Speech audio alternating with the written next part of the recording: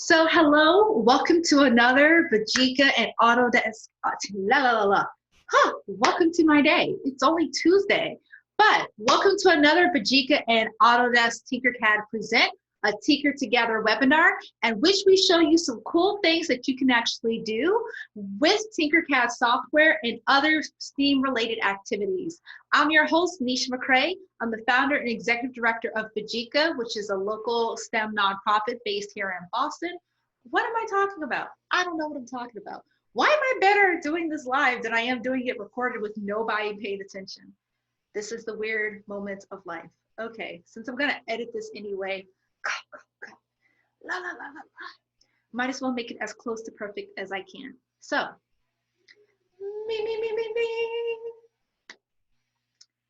hello, and welcome to another Mbadika and Autodesk Tinkercad Present, another Tinker Together webinar. Thank you so much for joining me today. Can you believe it's already day 2? So what we did yesterday, I'm just gonna show a quick snapshot of what we did yesterday. We actually were able to use the Tinkercad software in order to create a CAD model of a strawberry inspired container. So one of my guilty pleasures while we're staying at home, and hashtag stay at home, is actually looking at Korean home cafe videos. And if you're not familiar with the category, it's a category of videos, much like mukbang videos and ASMR videos, in which people take the complicated and intrinsic and fantastic beverages that you would find at a Starbucks or a Teavana or any fancy coffee or tea shop, and they try to replicate them at home in order for you to be able to feast your eyes on the art that is the creation of these beverages. I'm talking about cappuccinos and macchiatos and strawberry milkshakes, etc. One of my favorite channels actually uses strawberries in order to make clear ice with whole strawberries inside, including red strawberries and white strawberries. And so when we were thinking about yesterday what Tinkercad project we wanted to get started with that was inspiring us, I was personally inspired to create a strawberry container, which we were able to do as a group in Tinkercad. So as you can see on the screen, I have my custom little strawberry container. I have my cute little company or organization title right there on the side. Whoop, that camera angle went a little weird.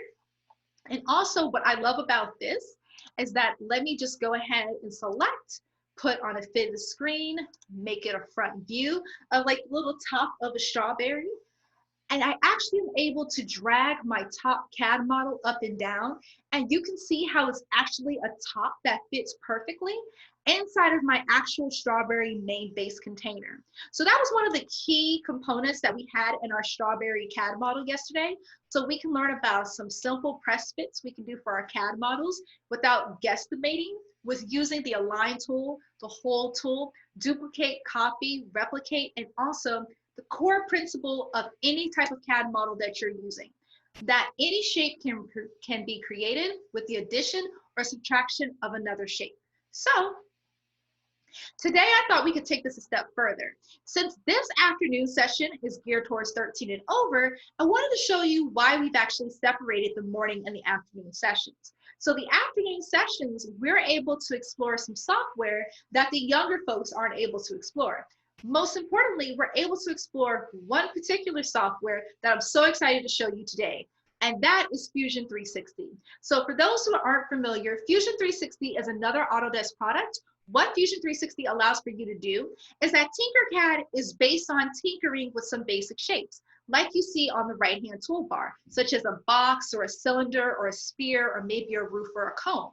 With Autodesk Fusion 360, which is another computer-aided design model similar to Tinkercad, we can actually manipulate or change our basic shapes into something that is closer to what we would want in real life. If you remember from yesterday, we actually looked at a couple of Mercedes-Benz pilot and concept cars, including the Silver Arrow, one of my favorite cars I can't wait to go into production, which is an all-electric race car prototype. And yes, I am a Mercedes-Benz girl. But looking at that car, there's a lot of curves in that car that we can't replicate easily in Tinkercad. With Fusion 360, we can sculpt and create very unique curves and shapes. On top of that, we can also use Fusion 360 in order to do something called rendering. Rendering is this nice tool that engineers, architects, anybody who dabbles in computer-aided design or CAD modeling uses in order to make their CAD model look more realistic or more like what the finished product is going to look like. If we look at our Tinkercad model, we can notice that it's kind of blocky. I'm not going to say childish, but it looks like it's very colorful. It's Lego color oriented, if I must say. And when we're looking at it, we're not looking at, when we 3D print this, this is what our product's going to look like. Or maybe the textures, etc., don't look the way we've envisioned for our product. When we're able to use something like Fusion 360, we're able to control the appearance of our project a little bit more and make it something that is like, this is at least 70 to 80% what I feel the finished product is going to look like. So let's get started. So here we have our CAD model already on our work plane. As you can see, as I'm playing around with my camera cube or my camera angles on the upper left-hand side, I'm just getting a final quick look around to make sure everything looks okay and that there's nothing that's like a glaring hole or something I wouldn't feel comfortable importing into our Fusion 360 software.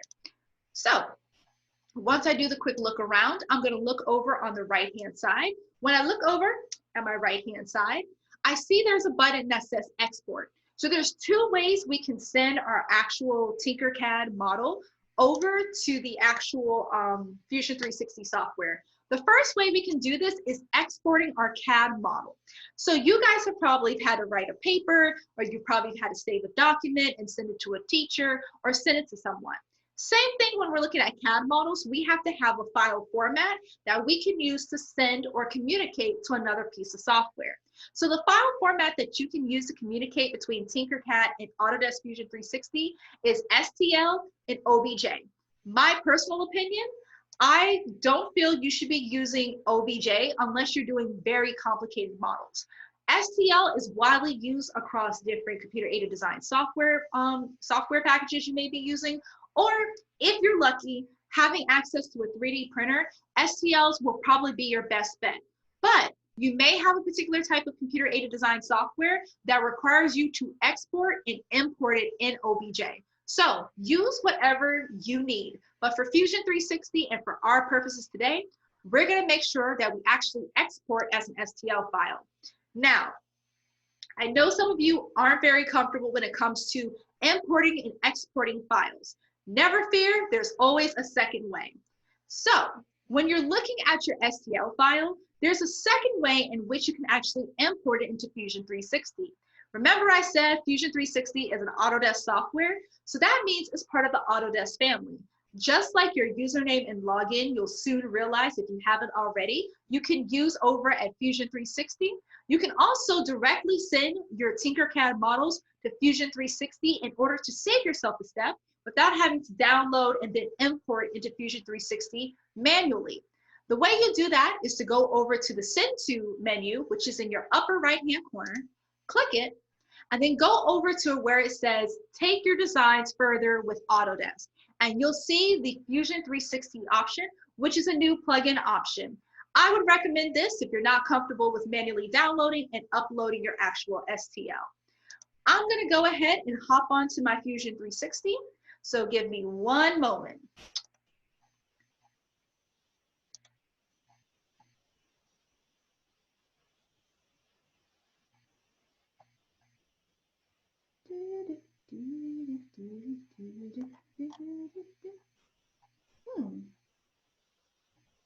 One moment, folks. As you know, we're on the computer, so sometimes it takes a second for all the things to show up and appear.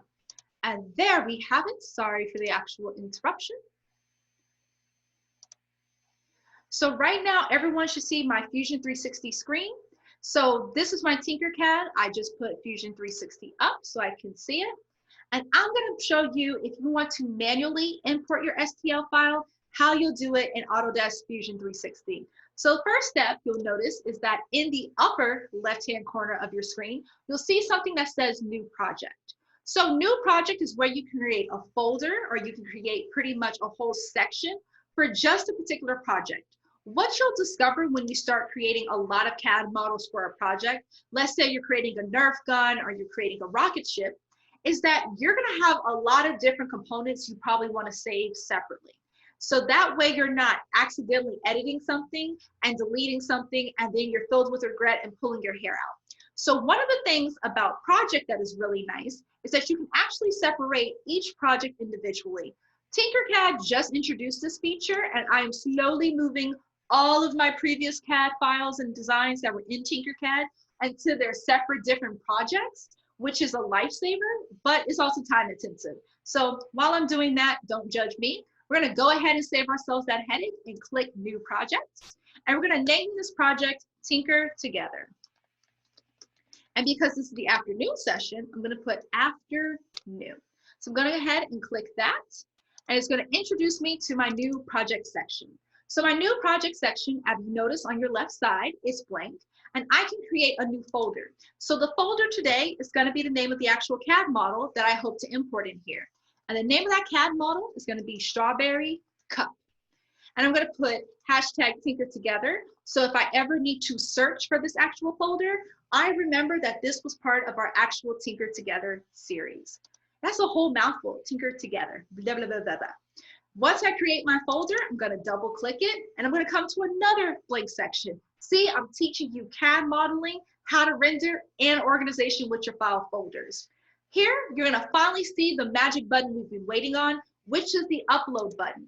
When we click the upload button, you're gonna get this feature here, which is gonna ask you to select some files. So we're gonna go ahead into our file explorer, which is gonna pop up, and we're gonna import the actual file that has the STL that we just got from Tinkercad, which is right here. And I notice y'all are being nosy, it's fine. I've cleaned up all the personal stuff, so you're not gonna be up in my business, because I know you all, you have sharp eyes. So I'm gonna go ahead, upload that file, and you can see here that it's uploading.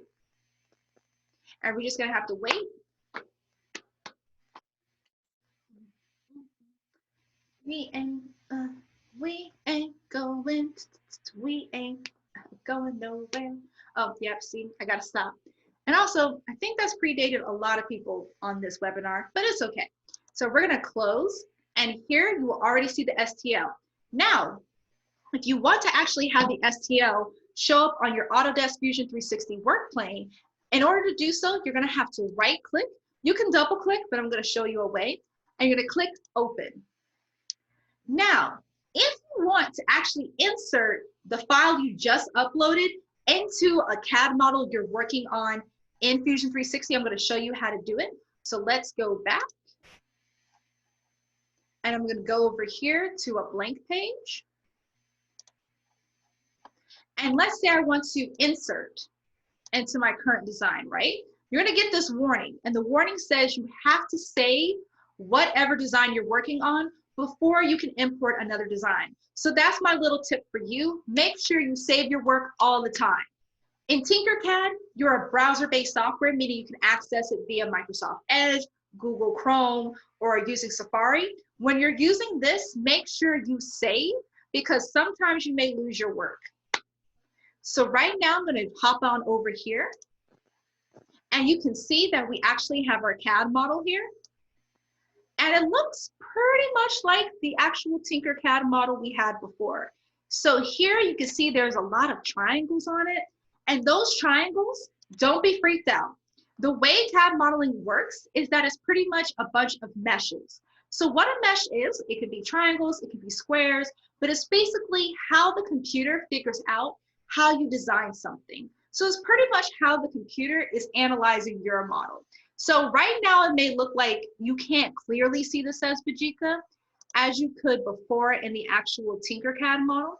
And we're gonna just quickly screen hop so you can see what it looked like in Tinkercad. So this is what it looks like in Tinkercad. As we zoom in, you can clearly see the text and the letters. You can also clearly see the top of this here. So you can see a lot of the stuff here that we had in our original Strawberry Cup CAD model that we did yesterday. So you can see the top. If I rotate it a little bit, you see the Mbadika letters going down the side of the Strawberry Cup. And you can see when I rotate a little bit, you can see the inside and the lid very clearly of this cup here. So I'm gonna rotate her back just so you have that as the final image of what the cupcake, the Strawberry Cup cake, the Strawberry Cup looked like. So this is what it looks like in Tinkercad. When we import it to Fusion 360, I'm gonna hop back to my Fusion 360 menu. So when we hop back to Fusion 360, we see this really isn't showing. But I'm going to show you a trick, which is called rendering. This is going to allow us to kind of see why Autodesk Fusion 360 has created meshes in order to make the shapes look the way they do. So for right now, what I'm going to do is I'm actually going to go over here to my left-hand side. Not the left-hand side with our files that we just uploaded from Tinkercad, but the left-hand side with design. And you're going to see it says design, generative design, which I hope that we're going to be able to explore a little bit with it later in this webinar series. And we're going to hit that bad boy called render. So this allows us to create something that looks like or works like most realistic thing. And immediately upon entering the render environment, you can make out more of the text that says Mbadika on it. And so I'm going to click home and I'm going to use this feature here. So what you see right here, I'm going to put a little spotlight on it. So what you see right here is the orbit tool. When you're in Autodesk Fusion 360, your camera cube is on your right-hand side versus your left-hand side, which is in Tinkercad. One of the glorious things about this, though, is that you can do even smaller manipulations of your actual model using the orbit tool. So if I just wanted her to turn slowly there, and then I just want to shift her using the pan tool, which is this hand tool here, I want to shift her off to the side. And then if I just want her to slowly orbit there, and then I just want to tilt her a little bit right here. You see how I can do it to even make little minute detail changes? That's what I love about this tool here. And so now I feel like I'm pretty good. So I'm going to click off. And now I have my actual model. Now, one of the things with the render tool, the reason why I absolutely adore it and highly recommend, regardless of your skill level or your fear with Autodesk Fusion 360, always use it in order to make your model stand out and to make it look more polished. The reason why I say that is what I'm going to do right here. So the way that we actually modeled our Fusion 360 import, oh Lord, how am I getting tongue-tied? It's only about a couple minutes in, but we modeled this based on my original Starbucks thermos. Now, I don't have it beside me today, but my original Starbucks thermos was made of aluminum. So one of the cool things you can do in render is that you can change the appearance of your CAD model. So the way we do this is we go over to appearance and we can basically just click the appearance tool and it should pop up a mini menu for us to actually start changing the appearance. It's gonna take a minute. So sometimes you'll encounter that whole gray or white screen of Fusion 360 when it's the education license. Don't fear, just give it a second. And that's also why I always caution you to always save your stuff. Always save it when you're dealing with Fusion 360. Now here, we can see our appearance is a steel satin. And what I mean by that is you can see the way this color looks is the exact same way our CAD model looks. So I'm gonna go over here to my library. Now, imagine that you're an interior designer, an architect, a fashion designer, or what have you, and you're able to go into the library and pick out a whole bunch of different materials. I mean, hundreds of materials, as you can see here, that you want your CAD model to have the texture of. Even though my Starbucks container is aluminum that was spray painted with a little bit of rose gold, because that's me being extra, that I use as my inspiration, I want to explore some different appearances and different textures just because I got time on my hands. So the first texture that I want to experience is going to be what available plastics are available. So I'm going to click, or I'm going to type in plastic. I'm going to type plastic, not plastics, plastic. And I look and I see there's ABS white, which is the traditional 3D printer filament that we use. Most times you're using PLA, but ABS is also pretty popular depending on your machine. Acrylic. So you probably are familiar with acrylic if you've ever seen fake nails, if you've ever seen laser cut signs that are in businesses, etc. That would be your acrylic. You see we have clear acrylic, red acrylic. Actually, this red acrylic looks really, she looks really cute. Let me click her and drag her over here. And let's see. Ooh, that looks a little bit dark. A little bit dark for my taste. It could be just because of the way we have it situated. So let's see if we can add some lights to the situation. So the way we can actually change up the lighting is changing up the scene settings. So as you can see here, it says set the environment and the lighting for the scene. This setting only affects the rendering workspace. So this allows us for us to add a little bit more lights to see if we can actually see through the acrylic. So right here, I'm going to just play around with the settings a bit. And you see when I'm adjusting the settings, I can see a lot more depending on how bright that I make it. Now, I don't want this to be super bright. I just want it to be enough that I can kind of see through it. And that just looks like that's Dracula's bio, but it's okay. So I want the environment to show me the lighting a little bit so I can just see if it's a positioning of where I have the model. And as you can see, that's a little too much. So I don't want to show the actual lighting background. I'm just going to make it a solid color. I can change the color to something that suits my fancy here. So maybe I'm in the mood for a little bit more blue. So let me slide her over and let's get a little bit more blue. There we go. She's looking so cute. Okay, that's a little too blue though. I want her to be on the gray side, but still flirting with blue. And if you haven't been able to notice, blue, favorite color. So of course, I'm gonna go that route. I'm gonna make her slightly darker though, just because I wanna be able to see through this actual CAD model. And then here you can play around with the settings to see what actually is gonna help you see your model better depending on, you see I just added reflections here. See the CAD model a little bit better. Do you want a little rougher the reflection? Do you want a fine reflection? You look here and you can do the camera. Do you want a perspective? Do you want an oh my God, I can never say this word, orthographic. I always mess up that word. So here, I'm not in love with the red acrylic, but how can I know what it actually looks like when my computer does its thing and makes it more realistic? I'll show you. So we can go on to the next part, which are our in-canvas render. So what our in-canvas render is basically allowing us to render in our actual instance or the actual Fusion 360 software that we have installed on our desktop. This allows for us to get immediate feedback if the way we set our lighting, our material, how the CAD model is positioned, etc., actually will make for a realistic image. So sometimes when you take a picture with your iPhone, you'll notice that when you're taking the picture of the iPhone, it takes a while for you to see what the final image will look like. That's a short-term version of the rendering we're about to do. So when we do an in-canvas render, we're gonna click the down menu here, go to in-canvas render, and that's gonna actually render our Fusion 360 model, formerly Tinkercad model, inside the Autodesk Fusion 360 environment.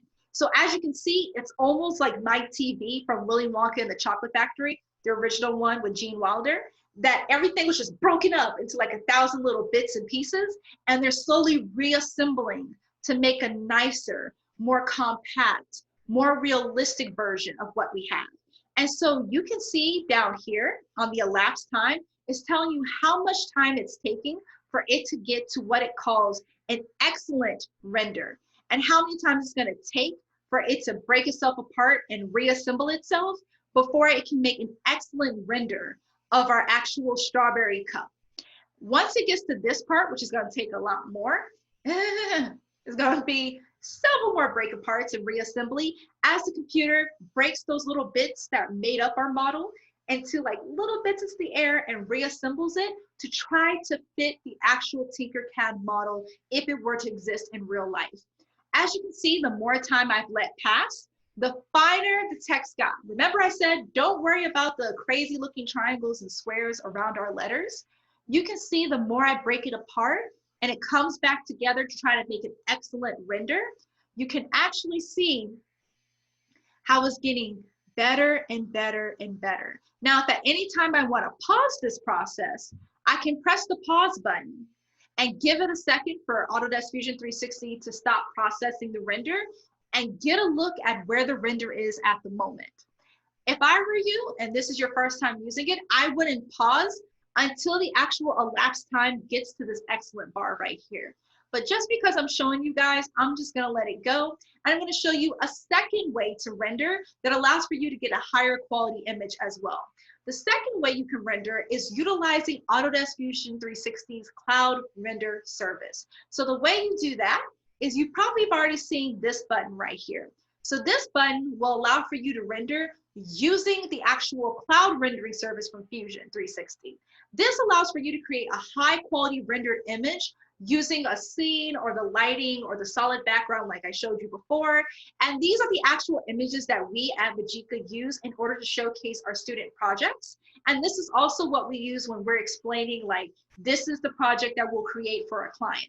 So I'm gonna go ahead and enter that environment. And once you click that render, you're gonna see all these settings, right? So it depends on how you wanna share the image. I would say my go-to is to just have it be a full-length image. Don't worry about making it into print, video, mobile, web just yet. Those are more advanced steps. So keep it as a prerequisite settings. If you want to make it that it has a transparent background, I will show you that a little bit later. But for right now, let's render it as is. When you use the cloud render, you'll notice that this bottom pop-up shows up. So this bottom pop-up is where the actual custom render is going to show up once the cloud render software finishes from Fusion 360. Now there's a weird thing that showed your credits. My understanding is don't worry about it, but the more credits you have to use in order to cloud render, the more complicated your CAD model is. Now, can you buy credits? No, this is not a microtransaction. This is not a free-to-play mobile game. Do not worry about your credits. Remember, unless you're using this for professional reasons, you do not have to worry about that part. So while we're waiting on this to render and we've stopped this one, I'm gonna go ahead and go back to my actual appearances, and I wanna change my appearance. So initially I did clear red acrylic, which is turning out to be, we'll see. It's almost like when you change your hair color and you have to go, it's not looking like I want it to, but I have to wait for the color to finish processing in my hair before I can finally give my judgment on whether I like this or not. So we already explored plastics. That's how we got the red acrylic appearance from our Fusion model. So let's go ahead and look at, why not, leather. If you're vegan or you're anti-leather, this is not real leather. We're just doing this for demonstrative purposes. I love having texture on my cups, and I would love to look over here and see if they have a red leather. This one seems like it's a good candidate. Now, one of the things you'll notice is that some of these have the download button over here. That's because those are not surfaces or appearances that are preloaded with my Autodesk Fusion 360 software. So I have to go ahead and click it and download it so it's available to me. So once I download and click it, I can actually click and drag it over to my CAD model and see how it actually looks with that surface. So right now I just click and dragged the red leather or the matte red leather, and let's see how it looks. Another tip and trick is that if you want to, let's say the green leaves, for example, if I want to actually color them separate, there's a couple of ways you can do this. One of the tricky parts about importing CAD models into Tinkercad models into Fusion 360 is sometimes you're not able to manipulate the colors of specific parts of the CAD model easily like you would in Tinkercad. And so I'm going to try for here, but sometimes it just depends on how the CAD model imports or how your STL imports instructions on each part of your CAD model. If that just flew over your head, don't worry about it. Just take strength in. We working on this red matte leather.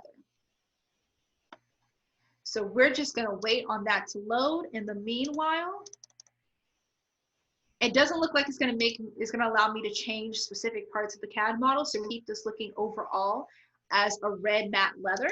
I'm gonna minimize my appearance window, and I'm gonna actually allow for my in-canvas render to happen. Now, one of the things you may notice while we're waiting on the in-canvas render is that you may notice there's a little image with like a little save disk and some of you may not even know what that save disk is, but it's a floppy. And that's what we used to have back in the day before USB drives. We're gonna click that, and it actually allows for us to change the settings on how we save images of our renders. So you'll see here, it says document current window size. Leave that be unless you wanna do something specific. But when we are actually pausing our renders, we can actually click transparent background if we wanted to add it to, let's say, a poster, or you want to change it and add it to our presentations, etc. So while this is rendering, this is how you can actually change the image options. And I'm actually gonna see this matte leather. Oh, it's reminding me I need to save. So let me go ahead and do that while I'm doing here. Fusion 360, Strawberry Cup. Boom. So here is reminding me to save. I'm just gonna pause the render for a second. The jury is kind of out on this matte red leather. It's a little off-putting, but I'm still gonna go ahead and whoop, whoop, whoop. Okay, save. But I'm gonna go ahead and do a cloud render of this actual strawberry cup so you can actually see what it looks like. Now, sometimes your computer is gonna slow down. I actually have a gamer's laptop, and you can tell sometimes it still needs a moment to render. Don't worry, don't panic. It's okay. And it looks like I had an error with one of my previous renders, but again, I kind of anticipated that. Yep, because an error occurred, so we're gonna delete that render. And then we have another job in the rendering queue. So we're gonna just sit back and just allow this one to do its work. Most of the times when I do renders, I usually just, what's a nice way of saying it? Just let it go. And I just go ahead and I get myself a cup of tea, or I just let it go ahead and not stress out too much. Because as you can see, if you fumble around with it too much, she's very sensitive. Well, I need to stop saying she. He can be very sensitive sometimes when it comes to rendering. So I'm gonna go get myself a cup of tea, give it a couple seconds, and then I'll be right back. So, 1 sec.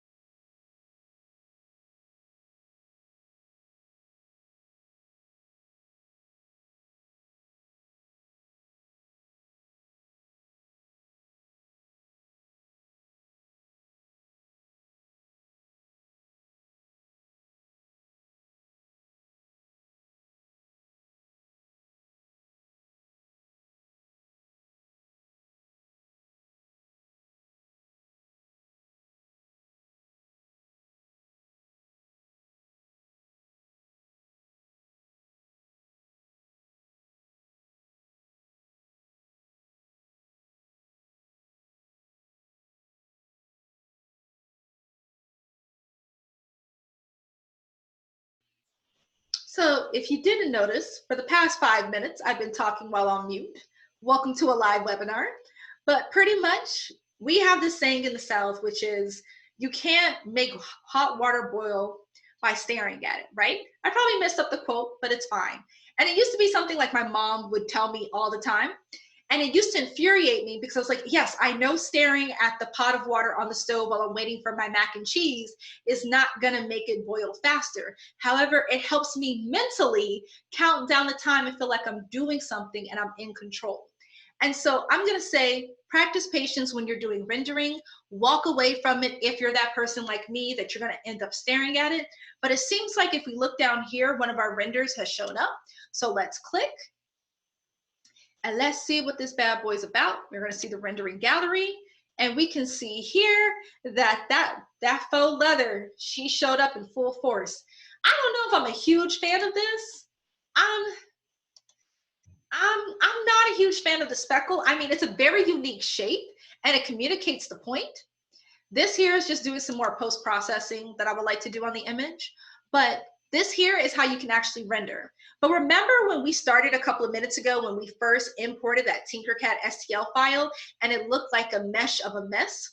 Well, we now have it looking like this. And if we look, you can clearly see the text that we had on our Tinkercad model to begin with, and you can clearly see these components. So on the one hand, it's a win that it actually shows up after you do a render and you alter the appearance. So you don't have to do much post-processing of your Tinkercad STL files to just use Fusion 360. And I would say the difference between this and if we screen hop here, and what it looks like in Tinkercad here, I think the one in Fusion 360 looks more polished, looks, I don't want to say more mature, but it's something that I will be willing to actually showcase to a client I'm trying to get investment in or trying to bring to life via manufacturing versus what I just did in Tinkercad. And all it took was a couple of steps of taking your model from Tinkercad to Fusion 360 to go from this to what I like to call now the big boy leagues when we're able to take it to this. So I hope you enjoyed this quick tutorial on how to use Tinkercad and render. If you have any questions, feel free to ask me in the Q&A section, but I'm gonna pause this for right now just to take questions. But don't forget, as we go through the next couple of days and weeks, don't forget to build, make, learn, and let's continue to tinker together. I'm Nisha McCray, and I'll see you guys next time. Ciao.